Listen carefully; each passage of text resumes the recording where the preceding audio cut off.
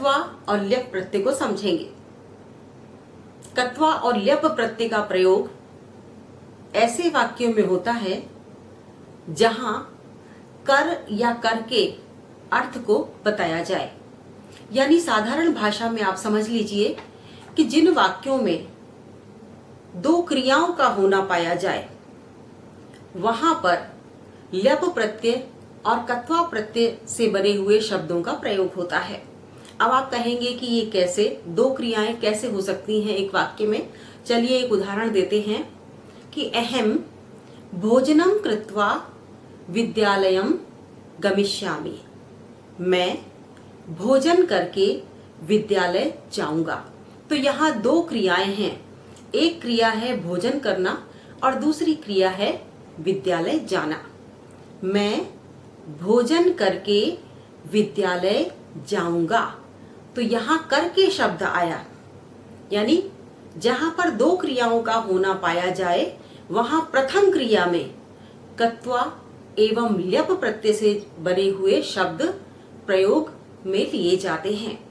अब आप कहेंगे कि कत्वा और ल्यप प्रत्यय दोनों शब्दों को हम अलग अलग क्यों बनाते हैं, दो अलग अलग प्रत्ययों से शब्द हमें क्यों बनाने पड़ते हैं? क्या सिर्फ कत्वा प्रत्यय से बने हुए शब्दों का ही हम कर के अर्थ में उपयोग नहीं कर सकते? तो इसका उत्तर है कि दोनों ही ये जो प्रत्यय हैं कत्वा और ल्यप प्रत्यय, ये अलग अलग तरीके से प्रयुक्त होकर शब्द बनाते हैं। इनमें अंतर क्या है? इनमें अंतर ये है कि कत्वा प्रत्यय जो है वो उपसर्ग रहित धातुओं में लगाया जाता है और ल्यप प्रत्यय जो है वो उपसर्ग युक्त धातुओं में लगाया जाता है। तो इस प्रकार से यदि कोई भी धातु ऐसी है जिसमें कोई उपसर्ग जुड़ा हुआ नहीं है, जैसे कि गम धातु का हम उदाहरण ले सकते हैं। गम के साथ कौन सा प्रत्यय जुड़ेगा? अब आप समझ गए होंगे कि गम धातु में कोई भी उपसर्ग जुड़ा हुआ नहीं है, तो इसमें कत्वा प्रत्यय जुड़ेगा। तो क्या शब्द बनेगा? गम प्लस कत्वा, ये शब्द बनेगा गत्वा। क्योंकि कत्वा प्रत्यय में जो पूर्व का क है, आधा क है, उसका लोप हो जाता है और त्वा ही शेष बचता है। तो किसी भी शब्द में जब हम कत्वा जोड़ते हैं तो त्वा शेष रहता है। गम धातु में अगर हमने कत्वा जोड़ा तो गत्वा शब्द बना और गत्वा शब्द उपसर्ग रहित धातुओं का एक उदाहरण है। इसके अलावा उपसर्ग युक्त धातु का उदाहरण अगर हम लेना चाहते हैं तो इसी को हम आगे बढ़ा सकते हैं। गम धातु ही हम लेकर उसमें हम कोई उपसर्ग लगा सकते हैं, जैसे कि आ प्लस गम। आ उपसर्ग है, गम धातु है। अब आ गम, जब गम धातु है और इसमें एक उपसर्ग लगाने के लिए आपसे कह दिया गया है, तो जहां उपसर्ग लग गया तो आप ये मान लीजिए कि यहां कत्वा प्रत्यय नहीं लगेगा। उपसर्ग लगने के बाद ल्यप प्रत्यय ही काम में आएगा। तो आ प्लस गम प्लस ल्यप, जब हम इसे जोड़ेंगे तो क्या शब्द बनेगा? आगत्य।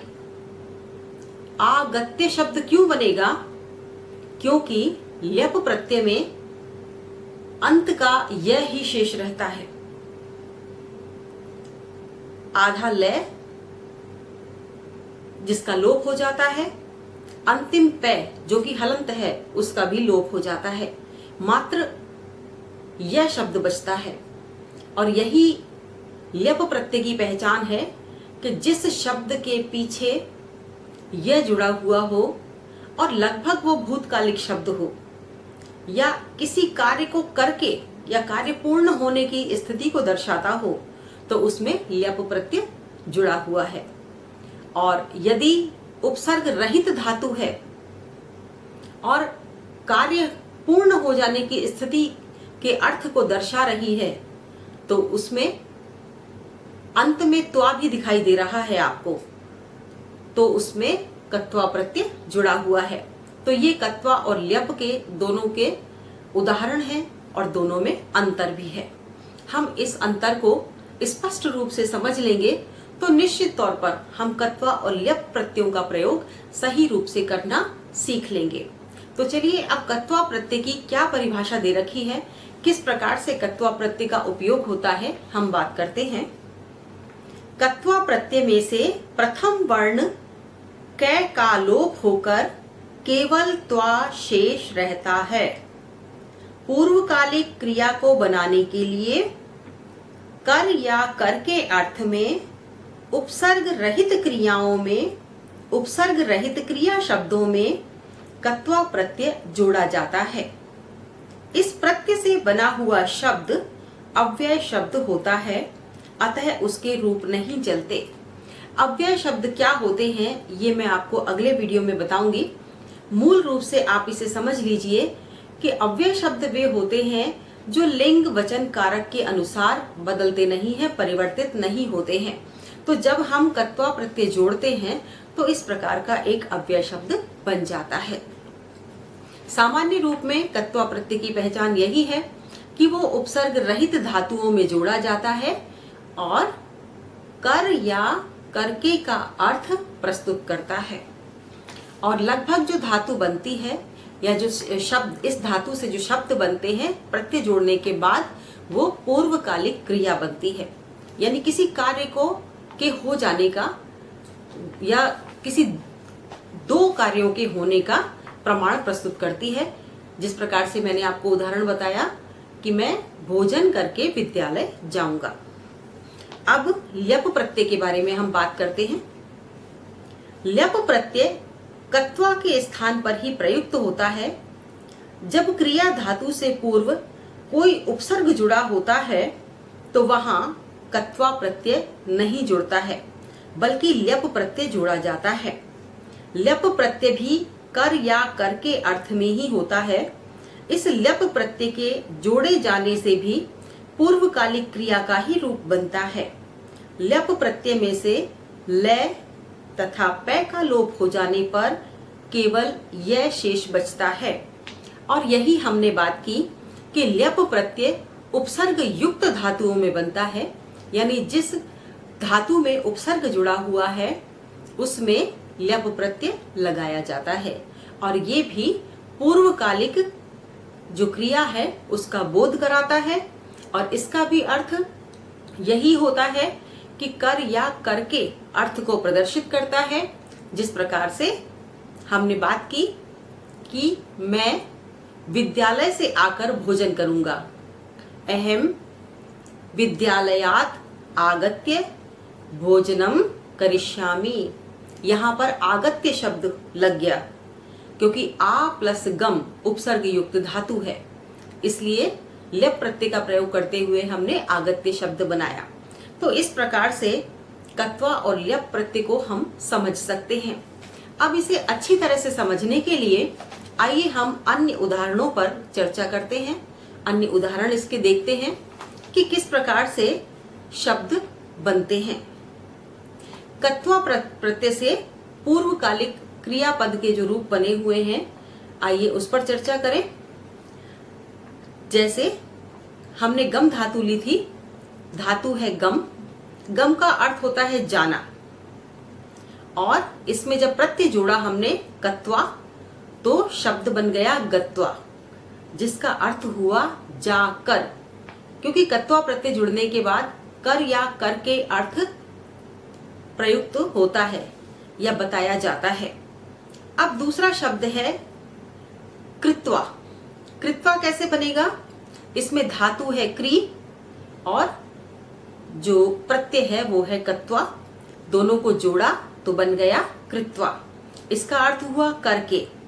इसी प्रकार से अस, जिसको हम भू के अर्थ में जानते हैं, तो भू प्लस कत्वा भूत्वा यानी होकर, जी प्लस कत्वा जित्वा यानी जीतकर, दा प्लस कत्वा दत्वा यानी देकर, कथय प्लस कत्वा कथयित्वा यानी कहकर, दृश्य प्लस कत्वा दृष्टवा यानी देखकर, धाव कत्वा धावित्वा यानी दौड़कर, नी प्लस कत्वा, नीत्वा यानी ले जाकर। पी प्लस कत्वा, पीत्वा यानी पीकर।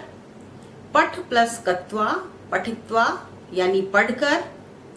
प्रच्छ प्लस कत्वा, पृष्ठवा यानी पूछकर। भू प्लस कत्वा, भूत्वा यानी होकर। रक्ष प्लस कत्वा, रक्षित्वा यानी रक्षा करके। लिख, लिख धातु है, लिख प्लस कत्वा, लिखित्वा यानी लिखकर। स्मृ धातु यानी याद करने के अर्थ में आती है ये, तो स्मृ प्लस कत्वा, स्मृत्वा याद करके। स्पृश प्लस कत्वा, स्पृष्टवा मतलब छूकर। हस प्लस कत्वा, हसित्वा यानी हंसकर। इसी प्रकार से लप प्रत्यय से बने हुए शब्दों को हम देखते हैं कि किस प्रकार शब्दों में, धातु में प्रत्यय लगकर, ल्यप प्रत्यय लगकर शब्द बनते हैं। आइए उदाहरण देखते हैं। सम उपसर्ग है, धातु है अस, क्योंकि ल्यप प्रत्यय हमेशा उपसर्ग के साथ ही लगता है, तो सम उपसर्ग है। अस यानी भू धातु है और ल्यप प्रत्यय है। इसका अर्थ शब्द बनेगा समभूय, जिसका अर्थ होगा एकत्रित होकर। दूसरा शब्द है उपकृत्य। उप उपसर्ग है, क्री धातु है, ल्यप प्रत्यय है, शब्द बना उपकृत्य। इसका अर्थ हुआ उपकार करके। इसी प्रकार से संक्रुद्ध, सम उपसर्ग क्रुद्ध धातु, क्रुद्ध मानी क्रोधित होने के अर्थ में, ल्यप प्रत्यय, शब्द बना संक्रुद्ध। अर्थ हुआ इसका क्रोध करके, क्योंकि ल्यप प्रत्यय भी जब लगता है किसी शब्द के आगे तो उसका अर्थ हो जाता है कर या करके। इसी प्रकार से आगे के उदाहरण देखते हैं। आगे कुछ शब्द हैं। आ प्लस गम प्लस ल्यप, आगम्य यानी आकर। प्र प्लस चल प्लस ल्यप बराबर प्रचल्य यानी चलकर। वी प्लस जी प्लस ल्यप, विजित्य यानी जीतकर। इसमें पहला शब्द उपसर्ग है, दूसरा जो शब्द दिया जा रहा है वो है धातु, और तीसरा शब्द जो है वो है प्रत्यय, और चौथा शब्द जो इन तीनों से मिलकर जो शब्द बना है वो है, और इसके आगे जो बताया जा रहा है वो है उसका अर्थ। चलिए आगे देखते हैं कौन कौन से शब्द हैं। आ प्लस दा प्लस ल्यप बराबर आदाय यानी लेकर। फिर है आ उपसर्ग, नी धातु, ल्यप प्रत्यय बराबर शब्द बना आनीय, अर्थ हुआ लाकर। सम उपसर्ग, पठ धातु, ल्यप प्रत्यय, शब्द बना संपठ्य, अर्थ हुआ पढ़कर। सम उपसर्ग, प्रच्छ धातु, ल्यप प्रत्यय, इसका जो अर्थ हुआ वो हुआ पढ़कर और शब्द बना संपठ्य। इसी प्रकार से संप्रच्छ भी शब्द बनता है जिसका अर्थ होता है पूछकर। इसमें भी सम उपसर्ग, प्रच्छ धातु, ल्यप प्रत्यय। इसके आगे सम उपसर्ग, भक्ष धातु, ल्यप प्रत्यय, समभक्ष्य यानी खाकर। वी उपसर्ग, स्मृ धातु, ल्यप प्रत्यय, विस्मृत्य, विस्मृत्य यानी भूलकर। इसके बाद हम देखेंगे सम उपसर्ग, भाष धातु, भाष धातु का मतलब है कहना, और उसमें हम ल्यप प्रत्यय जोड़ेंगे तो शब्द बन जाएगा संभाष्य, और इसका अर्थ है बातचीत करके। तो कुल मिलाकर उन शब्दों में ल्यप या कत्वा प्रत्यय जोड़ा जाता है जिनका अर्थ हम किसी ऐसे वाक्य में प्रयोग करना चाहते हैं जहां दो क्रियाओं का होना पाया जाता है, और इनका अर्थ निकलता है कर या करके। और दो क्या है, और दोनों प्रत्ययों में अंतर क्या है ये भी आप भली भांति समझ गए हैं। एक बार फिर से दोहरा लें। कत्वा प्रत्यय हमेशा उपसर्ग रहित धातुओं में लगाया जाता है, और ये किसी भी कार्य को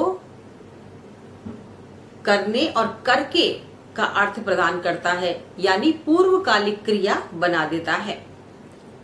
इसके विपरीत ल्यप प्रत्यय हालांकि वही अर्थ दिखाता है, पूर्वकालिक क्रिया बनाता है, कर या करके का अर्थ देता है, लेकिन इसमें एक ही अंतर है कि ये उपसर्ग युक्त धातुओं में प्रयुक्त होता है, उपसर्ग युक्त धातुओं में लगता है। जैसे कि एक बार फिर से उदाहरण सुन लीजिए, आ प्लस गम बराबर ल्यप। यहां कत्वा नहीं लगेगा, आगम कत्वा आगमत्वा इस तरह से शब्द नहीं बनेगा, बल्कि आ प्लस गम बराबर ल्यप बराबर शब्द बना आगत्य। तो ये शब्द आगत्य ही बनेगा, क्योंकि इसमें धातु के आगे उपसर्ग लगा हुआ है और उपसर्ग युक्त धातुओं में हमेशा ल्यप प्रत्यय का ही प्रयोग होता है। और अगर हम बात करें इसी गम धातु की और उसमें हम कत्वा प्रत्यय जोड़ें, तो हमें इसमें कोई भी उपसर्ग नहीं लगाना है, सिर्फ धातु में ही कत्वा प्रत्यय जुड़ेगा। तो गम धातु प्लस कत्वा प्रत्यय बराबर शब्द बनेगा गत्वा, और ल्यप प्रत्यय से आगम्य यानी आकर, आगम्य शब्द बनेगा।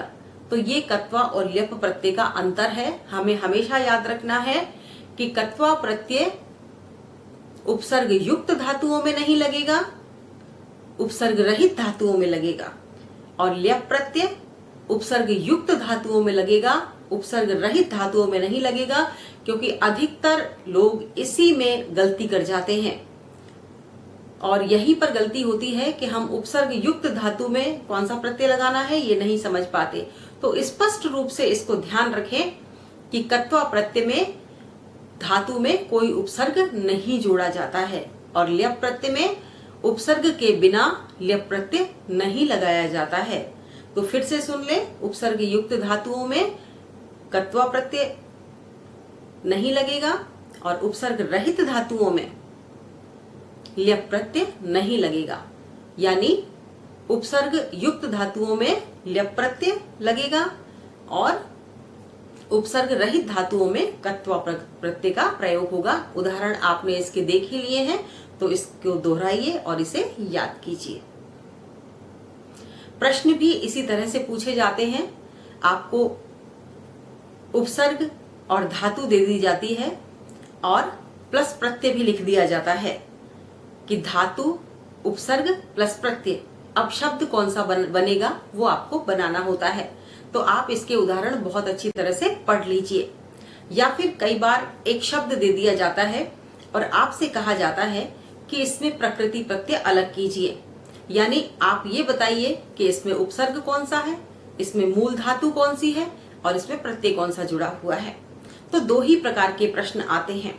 ज्यादातर इसकी परिभाषा कोई नहीं पूछता आपसे कि कत्वा की परिभाषा क्या है, ल्यप की परिभाषा क्या है, बल्कि आपसे मात्र दो प्रकार के प्रश्न पूछे जाते हैं। किसी भी क्लास में एक शब्द दे दिया जाता है और कहा जाता है कि प्रकृति प्रत्यय अलग कीजिए, यानी उपसर्ग कौन सा है, धातु कौन सी है, प्रत्यय कौन सा है। या फिर उपसर्ग, धातु और प्रत्यय दे दिया जाता है कि आप इसे ये बताइए कि इसमें कौन सा शब्द बनेगा। तो आपको वो नवीन शब्द बनाकर बताना पड़ता है और इसी के आपको पूरे मार्क्स मिलते हैं। तो आपको जैसा प्रश्न पूछा है वैसा ही आपको उत्तर देना है। बिल्कुल शॉर्ट में, एकदम सीमित, एक ही शब्द पूछा है, एक ही शब्द दीजिए। और प्रकृति प्रत्यय अलग करने के लिए कहा है तो वो भी एक लाइन में आप उपसर्ग, धातु और प्रत्यय अलग करके बराबर शब्द लिख दीजिए। इसके अतिरिक्त कुछ भी लिखने की आवश्यकता नहीं है। तो ये थे कत्वा एवं ल्यप प्रत्यय। अगले लेसन में हम दूसरे कृत प्रत्ययों के बारे में जानेंगे।